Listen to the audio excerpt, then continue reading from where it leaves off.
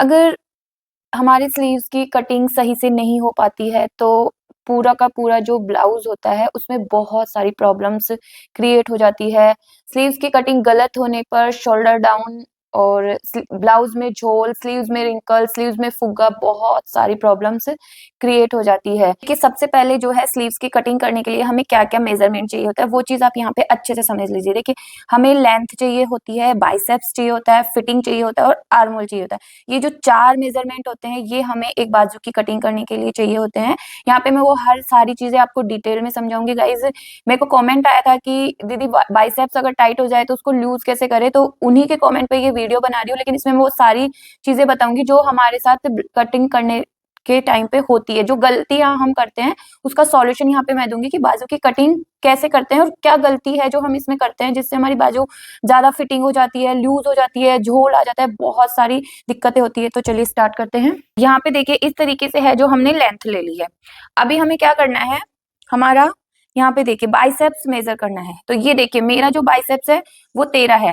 और कमेंट के अकॉर्डिंग भी मैं यहाँ पे बता दूं कि उन्होंने पूछा था कि टाइट हो जाए तो उसको लूज कैसे करे।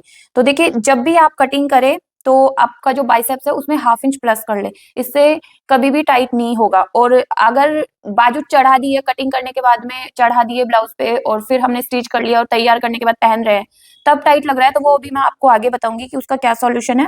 तो यहाँ पे देखिए मेरा 13 बाइसेप्स है तो यहाँ पे हम इसको 14 ले लेंगे। ये इस तरीके से है जो हमारा यहाँ पे हो गया। ये इस प्रकार से रखेंगे। अब है जो हमारा आर्म होल, ये ध्यान रखना कि यहाँ पे देखिए आर्म होल आपको लेना, इस प्रकार से आपको आर्म होल लेना है। तो यहाँ पे देखिए मेरा 15 आर्म होल है और यहाँ पे मैंने 7.5 ऑन फोल्ड पे ये हमारी स्लीव्स है तो इस तरीके से यहाँ पे मैंने ली है। ये देखिए ये हो गया हमारा। गाइस देखिए बहुत अच्छे से ये चीज आपको समझनी है। मैं डिटेल में स्लीव्स की कटिंग करना बताऊंगी और जो प्रॉब्लम्स आती है इससे रिलेटेड वो भी मैं यहाँ पे आपको समझाऊंगी। तो ये चीज हमारी हो गई। इसके बाद जो है गाइस अब हम इसको इस प्रकार से देखिए नापेंगे कि ये हमारा यहाँ पे 7 इंच है तो यहाँ पे हम 3.5 इंच पे एक निशान लगाएंगे इस प्रकार से। इसके बाद में ये देखिए ये है जो हमारा यहाँ पे 3.5 आ रहा है। अभी ये हमारा 3.5 आ रहा है तो यहाँ पे हम लोग लेंगे इसको 1.25 इंच। 1.25 इंच पे ये हमारा सेंटर हो गया। तो देखिए इसका सेंटर और इसका सेंटर, इन दोनों का सेंटर हमें ले लेना। इसके बाद जो है देखिए हमें फ्रेंच कर्व लेना है। अब यहाँ पे जो है फ्रेंच कर्व को किस प्रकार से रखना है, देखिए जो मेन प्रॉब्लम होती है वो होती है हमारी ये शेप देने में। ठीक है, तो ये शेप आपको किस प्रकार से देनी है, देखिए आपको ऐसे रखना है कि ये ज्यादा है ना इस तरीके से ना हो। आप इसको जितना ऐसे रखोगे आपके स्लीव्स में ये चीज बहुत ज्यादा आ जाएगी और फिर आपके झोल आएगा ही आएगा। तो यहाँ पे देखिए जितना आप इसको बिल्कुल ऐसे रखना है आपको और यहाँ पे ये मार्किंग कर लेनी है।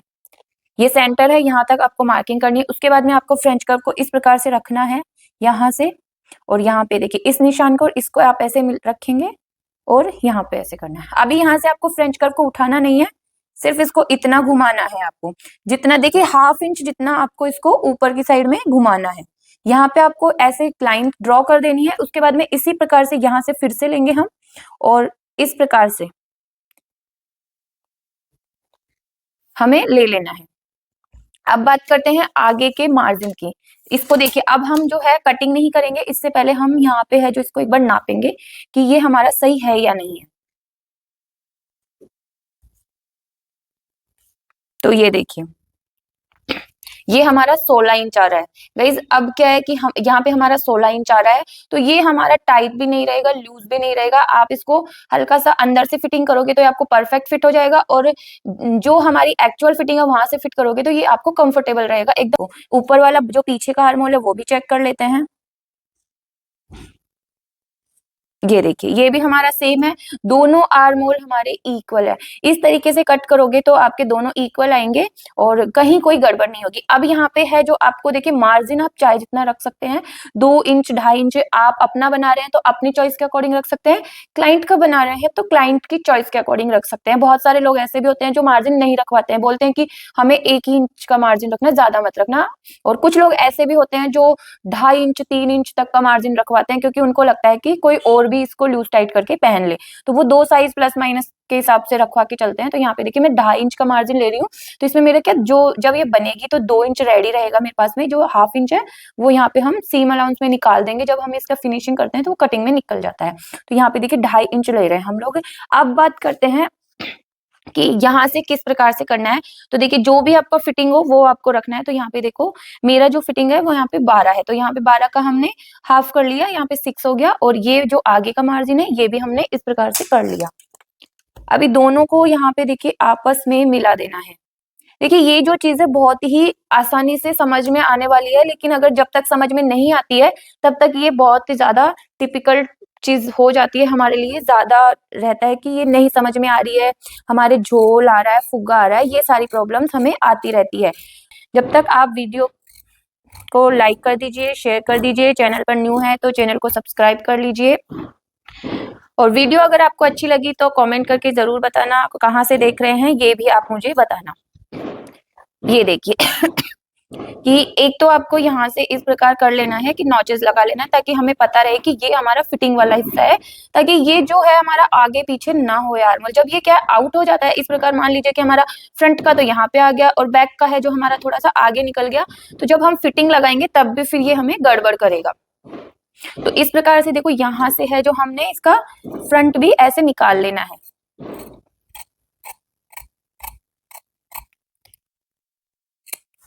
ये देखो गाइज, मैं 100% श्योर हूं कि अगर आप इस प्रकार से कटिंग करेंगे ना तो झोल, रिंकल्स, फुग्गा कुछ भी नहीं आएगा। तो यहाँ पे तो देखिए हमारी स्लीव्स की कटिंग हो गई। आप इस तरीके से किसी भी साइज में कटिंग कर सकते हैं। तो गाइज ये तो हो गया हमारा कि बाजू को हम किस प्रकार से कट करें, क्या क्या जो है मेजरमेंट लेना होता है। अभी हम देखेंगे कि अगर हमारा जो बाइसेप्स है, देखिए क्या होता है कि ब्लाउज पे जब हम बाजू चढ़ा दिया, फिटिंग का टांका लगा दिया और हमने ट्राई किया, तो हमें लगा कि हमारी जो है बाजू यहाँ से टाइट लग रही है, यहाँ से टाइट लग रही है। अब किसी किसी का क्या होता है बाइसेप्स ज्यादा होता है, फिटिंग वाला हिस्सा कम होता है, और आर्म होल के यहाँ पे फैट नहीं होता है, तो वो भी हमारा कम ही होता है। तो उस चक्कर में यहाँ से बाइसेप्स हमारा ज्यादा हो जाता है। अब वो टाइट पड़ना ही पड़ना है। तो आपको क्या करना है, अगर आपने बाजू चढ़ा दी है और पहनने के बाद में लग रहा है, तो पहले तो आप ब्लाउज से जो है बाजू को अलग करिए, उसको अच्छे से प्रेस करिए, फिर एक स्लीव्स कटिंग करिए अलग से फैब्रिक पर। उसके बाद में देखिए उसको जो है आपको ऐसे रखना है कि ये जो है मेन बाजू समझ लीजिए, इसको मैं आपको एक एग्जांपल के तौर पे बता रही हूँ। ये है जो हमारा जो कटिंग किया हुआ पार्ट समझ लीजिए।